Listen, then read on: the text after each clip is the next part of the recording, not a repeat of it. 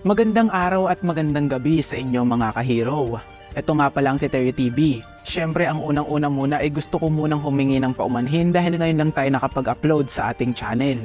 Kasi meron pa kasi akong inasikasong mahalagang importante kaya hindi ako nakapag-record. Kaya naman humihingi ako ng malaking pasensya sa inyo kaya pasensya na talaga. Pero tuloy-tuloy pa rin tayo at ngayon nga ay i-review na natin ang chapter 397 ng My Hero Academia. Sa chapter na ito ay nagpapatuloy ang laban ng Armored All Might at ng Young Afo na kung saan ito ay maikling chapter lamang na may 7 pages. Kaya maikling video lang ang nagawa natin ngayon. Kaya naman ipagpatuloy na natin ang kwento ng pakikipaglaban ng pinakamagiting at pinakamalakas na bayani sa mundo ng My Hero Academia. Kaya naman wala nang parikap-rikap to, simulan na natin. Habang binibigyan ni All Might itong si Afo ng mga sunod-sunod na pag-atake, ay sinabi ni All Might na parang hindi nga daw tama ang ganitong pakiramdam o parang nakukonsensya nga itong si All Might sa kanyang ginagawa dahil nga sa kabila ng kanyang edad na 55 years na ay nambubugbog siya ng isang bata na walang kalaban-laban. Habang binabarubal ni All Might ang kanyang malabakal na binti, dito nga kay Afo ay iniisip naman ni All Might na nabiktima nga daw itong si All for One ng kanyang labis na puot upang nakawin ang One for All. At sasamantalahin nga daw ito ni All Might at patuloy na magsasalita ng mga trash talk upang mabigyan siya ng daan na manalo sa labang ito.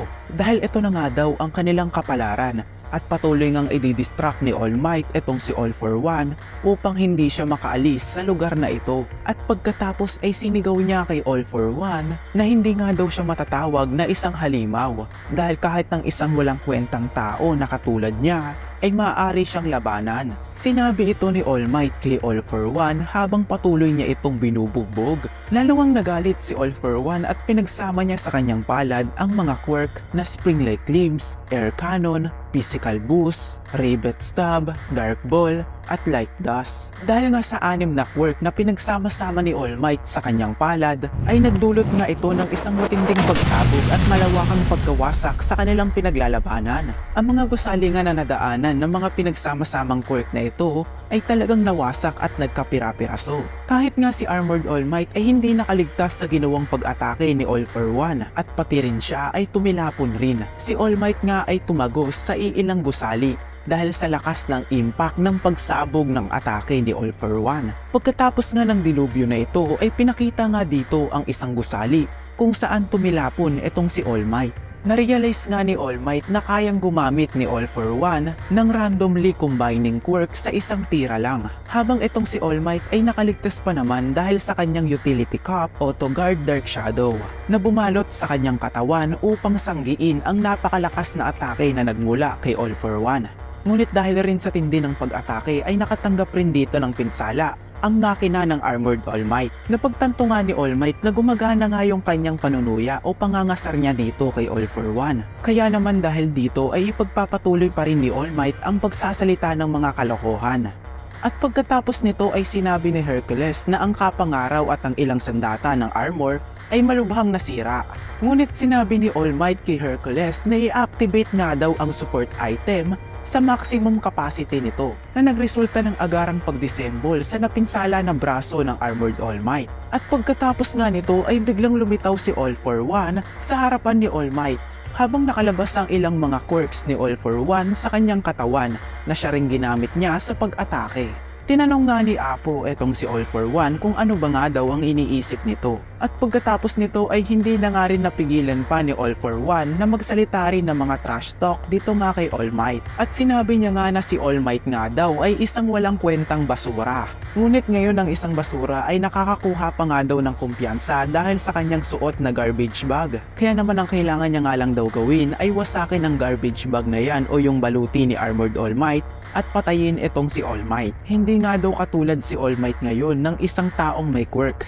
Kaya naman ang mga support item at ang mga tools ni All Might ay hindi makakaabot sa kanyang limit dahil ang maliliit na laruan nga raw na ito ay hindi magiging sapat upang talunin siya. Kumbaga hindi trash talk yung sinasabi dito ni All for One kundi real talk kay All Might. Sa pagkakataong ito dito nga naalala ni All Might ang mga sinabi sa kanya ni Izuku noong Cultural Festival na nakaka-encounter nga daw siya ng maraming pro hero na natatalo sa kanilang laban dahil masyado nga daw silang umaasa sa kanilang support item. Kaya naman dahil dito ay sinabi nga ni All Might kay All For One na parehas nga daw sila ng iniisip ng kanyang kaibigan. At pagkatapos nga nito ay pinakita nga dito ang isang maikling flashback ni All Might noong unang pagkikita nila ni Nana Shimura. Si Nana Shimura nga ay nakalutang sa ibabaw ng maraming bilen na kanyang natalo. Habang sa kanyang likuran ay makikita natin dito ang isang batang Toshinori na may hawak na isang bakal ng tubo na ginagamit niya sa pakikipaglaban sa mga kontrabida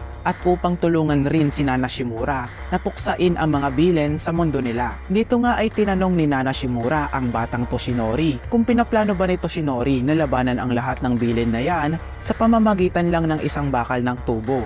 Si Toshinori nga ay napanganga na lang at hindi na nakapagsalita dahil sa mga sinabi ni Nana sa kanya noong mga panahon na yon. At pagkatapos nito ay binalik na nga tayo sa kasalukuyan at biglang lumusob na naman itong si All Might dito nga kay All For One upang bigyan ito ng isang suntok sa kanyang muka. Ngunit minani-mani lang ito ng batang All For One at sinalag niya ang suntok ng Armored All Might sa pamamagitan ng kanyang noo. At sinabi nga ng batang All For One dito nga kay Armored All Might na hindi nga daw siya nahulog sa pathetic na plano ni All Might. Pero dito nga daw nakakasigurado si All For One na garantisado na nga daw ang kanyang tagumpay. Kaya lang naman daw siya nagpasyang huminto upang magtapo ng basura. At si All Might nga daw yung kanyang ililigpit dahil ito nga yung tinuturing niyang basura. At biglang naglabas nga si All For One ng isang malakas na liwanag mula sa kanyang katawan na bahagyang nagpaatras kay Armored All Might habang makikita natin dito ang maraming support item ni Armored All Might na papunta sa kanya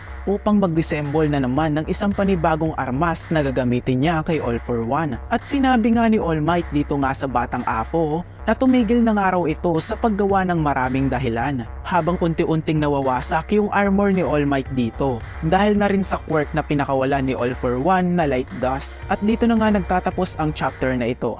So dito nga sa chapter na ito ay talagang masasabi nating medyo dihado si All Might dito nga kay All For One dahil nasa kanyang sitwasyon ngayon. Dahil wala na nga siyang quirk na gagamitin upang makipaglaban pa dito kay Apo. Kaya naman sa support item at sa armor na lamang si All Might umaasa upang pigilan itong si Apo na makapunta nga dito kay Deku. Dahil kapag nakapunta nga itong si Apo dito nga kala Shigaraki, kung nasaan rin itong si Deku, ay madali na lamang makukuha ni All For One ang one for all kay Deku. Dahil kung titignan nga natin dito ay hirap na nga itong si Dekong pabagsakin itong si Shigaraki. Paano pa kaya kapag dumating na itong Young Apo dito nga sa battlefield nila Shigaraki? Eh di dagdag threat na naman ito sa ating batang bayani. At paniguradong mahihirapan itong si Deku na gawin ang kanyang responsibilidad. Dahil sa kanya na nga ipinagkatiwala ng ilang mga bayani ang pagkapanalo ng final arc na to. Kaya naman para masuportahan ni All Might itong si Deku kahit papaano ay sinakripisyo ni All Might yung kanyang sarili upang pigilan itong si Apo na makapunta nga dito kay Deku. At wala pa tayong idea kung paano matatapos ang laban ng All For One at All Might sa chapter na ito, kung mabubuhay ba si All Might o mamamatay, at kung sakali ngang mamatay itong si All Might sa final war na to ay magiging worth it ba ang pagsasakripisyo ni All Might ng kanyang buhay para nga dito kay Deku. At dito na nga nagtatapos ang video na ito. Sana may natutunan kayo at muli, pasensya na po. Ito nga pala ang Teteryo TV, lagi kayong mag-iingat at bye-bye.